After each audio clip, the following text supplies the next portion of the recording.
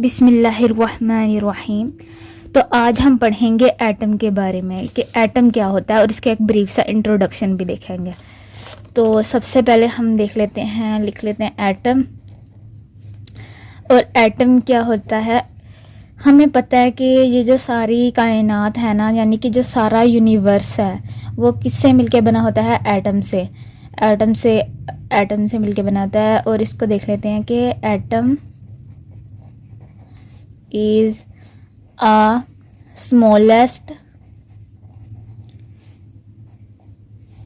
unit of a substance। यानी कि जो एटम होता है ना, वो एक स्मॉलेस्ट यूनिट होता है सब्सटेंस का, यानी किसी भी चीज़ का एक स्मॉलेस्ट यूनिट को हम एटम कहते हैं। जैसे कि अब ये मेरे पास एक पेन है ना, यानी कि पॉइंट, ये पेन है। अब इसका ये एक सब्सटेंस है, कोई भी चीज़ है ना ये, तो इसका जो सबसे स्मॉलेस्ट यूनिट होगा वो होगा इसको हम उसको एटम कहेंगे। यानी कि अब जो हमारे पास पेन है ना, ये छोटी से छोटी चीज़ से मिलके बना है ना, छोटी छोटी एटम से मिलके बना है। तो ये सारे एटम्स मिलके उन्होंने क्या बना दिया, एक मैटर बना दिया, यानी कि एक ये पेन बना दिया, ऐसे कहेंगे, एक सब्सटेंस बना दिया। और इसको हम कहते हैं atom is a smallest unit of universe. अब हम देखते हैं कि यूनिवर्स यानी कि कायनात, पूरी कायनात कहते हैं। जो भी यूनिवर्स में जो भी चीज़ें हैं वो सारी किससे मिलके बनी होती हैं? एटम से। और एटम एक सबसे स्मॉलेस्ट यूनिट होता है, यानी कि एटम को आगे फर्दर ब्रेक नहीं किया जा सकता, यानी कि एटम को तोड़ा नहीं जा सकता आगे। उनका ये इसमें ये कहा हुआ है कि उसको तोड़ा नहीं जा सकता। जैसे कि पीरियोडिक टेबल में हम देखते हैं, पीरियोडिक टेबल में सबसे पहले ये यहाँ पे हाइड्रोजन आता है ना, तो हाइड्रोजन भी क्या है? एक एटम है। अब देखो, हाइड्रोजन और कार्बन और ऑक्सीजन, ओके, इनको अब हम और तोड़ सकते हैं मज़ीद, इनको मतलब कि ब्रेक कर सकते हैं। हाइड्रोजन तो हाइड्रोजन ही होता है ना, कार्बन और ऑक्सीजन वगैरह। जैसे कि H2 होता है, अब इसको तो ब्रेक कर सकते हैं ना, H2O को ब्रेक कर सकते हैं, यानी कि हाइड्रोजन के 2 मॉलिक्यूल यहाँ से निकलेंगे और ऑक्सीजन का एक मॉलिक्यूल ये होता है। लेकिन ये हाइड्रोजन एक एटम है और ये वाला कार्बन एक एटम है, ऑक्सीजन एक एटम है। यानी कि अब वाटर का मॉलिक्यूल 3 एटम से मिलके बना है, ठीक है, इसे मॉलिक्यूल कहेंगे। ओके, अब नेक्स्ट हम देखते हैं कि एटम का हमें पता चल गया। एटम भी अब आगे ना सब एटॉमिक पार्टिकल से मिलके बनाता है, यानी कि एटम का स्ट्रक्चर क्या होगा और उसके अंदर कौन कौन सी चीज़ें होंगी, यानी कि वो किन चीज़ों से मिलके बना होगा। स्ट्रक्चर की बात की जाए अगर, तो जो एटम का स्ट्रक्चर होता है ना, वो सब एटॉमिक पार्टिकल से मिलके बनाता है। सब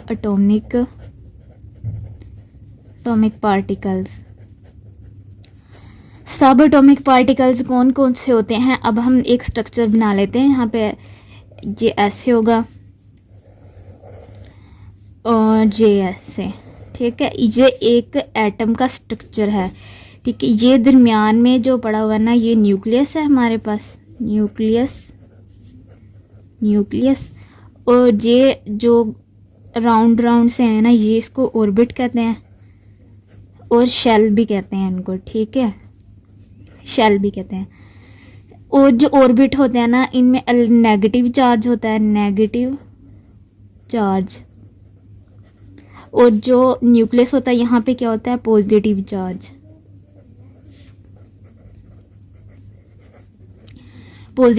होता है। अब सब एटॉमिक पार्टिकल्स जो हैं हमारे पास, यानी कि वो कौन कौन से होते हैं कि देखो, यहाँ न्यूक्लियस में हमारे पास 2 चीज़ें होती हैं। एक होता है प्रोटॉन, ये सब एटॉमिक पार्टिकल की बात हो रही है, ठीक है, प्रोटॉन। और दूसरा होगा हमारे पास न्यूट्रॉन, ठीक है। प्रोटॉन पे क्या होगा? Positively charge particle. प्रोटॉन क्या होते हैं? Positively charge particle, charged particle. ठीक हो गया। और जो न्यूट्रॉन होता है इस पर कोई चार्ज नहीं होता, नो चार्ज। ये दोनों प्रोटॉन और न्यूट्रॉन कहाँ पे होते हैं, न्यूक्लियस में, ठीक है, ये दोनों। और अगर हम इसमें जहाँ पे ऑर्बिट्स में क्या होगा, न्यूक्लियस की तो बात होगी, अब ऑर्बिट में क्या क्या चीज़ें होंगी, उसमें होंगे हमारे पास इलेक्ट्रॉन्स, इलेक्ट्रॉन्स जो कि रिवॉल्व करने होंगे इसके न्यूक्लियस के अराउंड। इलेक्ट्रॉन, इलेक्ट्रॉन पे क्या होगा, नेगेटिव चार्ज होगा, नेगेटिव चार्ज, ठीक है। एटम्स को हम नेकेड आई से नहीं देख सकते और इसको माइक्रोस्कोप से देख सकते हैं। जो होता है हमारे पास एटम, वो हमारी बॉडी में 7 billion billion billion of cells यानी एटम से मिलके बना होता है, जो कि 7 × 10⁻27 होता है एटम। और आगे एटम की जो मास रेंज होगा ना 1.67 × 10⁻27 टू 4.52 × 10⁻25 होगा। और इलेक्ट्रिक चार्ज होगा वो 0 होगा और आयन पर चार्ज होंगे, mass range and electric charge. Next video में हम देखेंगे डाल्टन्स मॉडल को, क्योंकि ये जो हिस्ट्री है ना, हमें एटम की जानना ज़रूरी होती है, ठीक है, जानने की हम, जिसमें हमें बताया होगा कि डाल्टन ने क्या क्या मॉडल पेश किया और कैसे हुआ। तो वो ब्रीफ सी हिस्ट्री को ना हम नेक्स्ट वीडियो में देखेंगे। तो आज हमने सिर्फ एटम के बारे में पढ़ा है। Thank you.